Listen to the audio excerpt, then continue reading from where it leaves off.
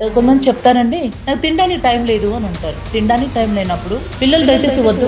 It's a great investment పిల్లలు అనేది. ఇక్కడ ఫిట్నెస్ అంటే లావు సన్నం కాదండి, ఫ్లెక్సిబిలిటీ. కిలోమీటర్, 2 కిలోమీటర్లు, 3 కిలోమీటర్ అవసరమైతే నడవగలుగుతారా, కింద కూర్చోగలుగుతారా, ఏ సపోర్ట్ లేకుండా హ్యాపీగా లేవగలుగుతారా, నేల మీదైనా పడుకుంటే ఎక్కడ పడుకుంటే ఆడ హాయిగా నిద్ర వస్తుందా, లేదు నాకు ఇట్లుంటేనే అట్లుంటేనే అని వస్తుందా. మీరు అన్నారు ఒక మాట, అది అందరికి తెలిసిందే, అబ్బాయి పుట్టాలన్నా అమ్మాయి పుట్టాలని అది మేల్ పైన డిపెండ్ అయి ఉంటుందని. కానీ అంతకన్నా ముందుకు వస్తే మనము ఇప్పుడు అమ్మాయి ప్రాబ్లం కాకోకుండా అబ్బాయి తరపున కూడా ప్రాబ్లమ్స్ ఉంటాయి చాలా. అంటే స్పర్మ్ కౌంట్ కానీ అదంతా కానీ అది యోగా త్రూ మనం ఏమైనా కరెక్ట్ చేసుకోవచ్చా? అసలు అబ్బాయి తరపున ఏమేం చేస్తే బాగుంటుంది, మీ వ్యూ చెప్పండి. యోగాలో కూడా ఉన్నాయి. అంటే లైఫ్ స్టైల్ని ఎప్పుడైతే చేంజ్ చేసుకుంటారో, కొందరు ఏం చేస్తారంటే దీనికోసం మాత్రమే అన్నట్టు కొద్ది రోజులే పాటిస్తారు. ఆ తర్వాత మళ్ళీ again they will become normal. అలా ఉంటే జరగదు. అది సక్సెస్ అయ్యేంత వరకు దాన్ని లైఫ్‌లో భాగంగా దాన్ని తీసుకొని వెళ్ళాలి. యోగాలో అంటే ఇప్పుడు ఏదైనా వాళ్ళు ఏదైనా ఆయుర్వేదం మెడిసినో లేతే డాక్టర్స్ ఈ మెడికేషన్ వల్ల మీకు అవుతది అంతా అంటే గనక అది తీసుకుంటూ యోగాను కూడా ప్రాక్టీస్ చేయండి. సో, యాడ్ ఆన్ లాగా అవుతది వాళ్ళకి. సో, యోగాలో ప్రత్యేకంగా కొన్ని ఆసనాస్ ఉంటాయి. అవి ప్లస్ సూర్య నమస్కార is the best one to practice every day. So, అది గన ప్రాక్టీస్ చేస్తే బావుంటది. అండ్ లైఫ్ స్టైల్ అన్నాను కదా! బట్టలు ఎలాంటి బట్టలేసుకుంటారు. అంటే స్కిన్‌కి మనకి ఇండియన్ వాతావరణానికి, ఇండియన్ క్లైమేట్‌కి మనం వేసుకునే బట్టలు మనకి మ్యాచ్ అవుతాయా? లేదా? బ్రీతబుల్‌గా ఉండాలి. ఏ బట్టలన్నా వేసుకోండి. చాలా బ్రీతబుల్‌గా ఉండాలి. అది ఆడవాళ్ళకైనా, మగవాళ్ళకైనా.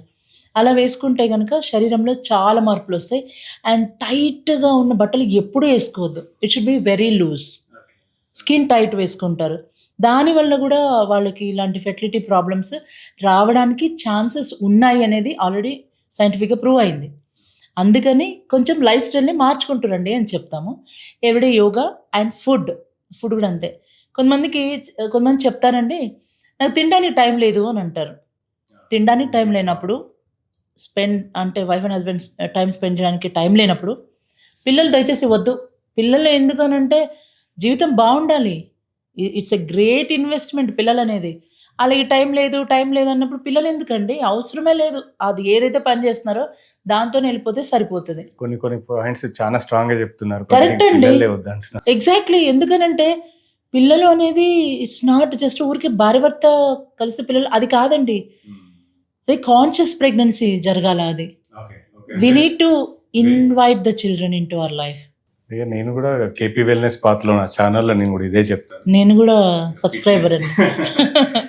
ఫిట్‌నెస్ ఖచ్చితంగా ఉండాలా, మజిల్ గ్రో చేయాలా, లైఫ్ స్టైల్ మోడిఫికేషన్ చేసుకోవాలా, డైట్ మోడిఫికేషన్ చేసుకోవాలా, మంచి స్లీప్ ఉండాలా. Then they will get perfect male అవుతారు. ఫీమేల్ పర్ఫెక్ట్ ఫీమేల్ అవుతారు.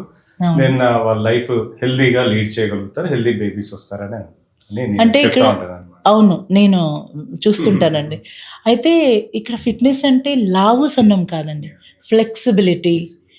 కిలోమీటర్, 2 కిలోమీటర్లు, 3 కిలోమీటర్ అవసరమైతే నడవగలుగుతారా, కింద కూర్చోగలుగుతారా, ఏ సపోర్ట్ లేకుండా హ్యాపీగా లేవగలుగుతారా, నేల మీదైనా పడుకుంటే ఎక్కడ పడుకుంటే ఆడ హాయిగా నిద్ర వస్తుందా, లేదు నాకు ఇట్లుంటేనే అట్లుంటేనే అని వస్తుందా.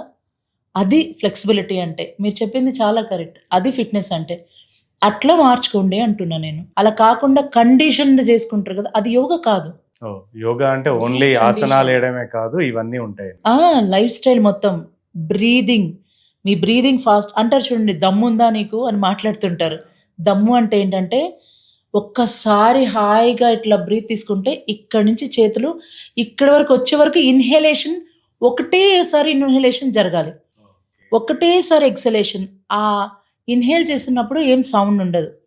ఎక్స్‌హేల్ చేసినప్పుడు ఇక్కడి నుంచి సౌండ్ వస్తది. హెల్తీ బ్రీతింగ్ అంటారు. ఎట్లా అంటే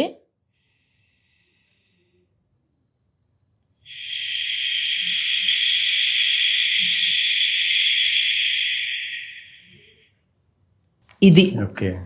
ఇది లావు, సన్నము, పొడవు, పొట్టి దీనితో సంబంధమే లేదు. ఇది దమ్ అంటే. అంత బ్రీతింగ్ ఉందా నీకు, అది దమ్. ఫిట్‌నెస్ అంటాం దాన్ని. అది ఉంటే బావుంటుంది. నెక్స్ట్ వచ్చేసి ఇప్పుడు యూఎస్‌లో అక్కడ యోగా అనేది చాలా పాపులర్ అయిపోయింది. ప్రీమియం అండ్ లగ్జరీ అయిపోయింది అక్కడ. ఇప్పుడు సద్గురు గానీ, ఇంకొకరు గానీ, ఇంకొకరు అక్కడ వెళ్ళినప్పుడు యోగా ప్రాక్టీస్ విపరీతంగా చేస్తున్నారు.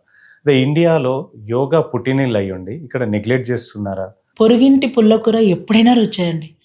మన పొలంలో అసలు ధాన్యము రాసులు రాసులుగా పండినా, పక్కన పొలంలో చిన్న పిచ్చి మొక్కలు మొలిచినా అది ఏంది అసలు? దాని మీదే ఉంటది.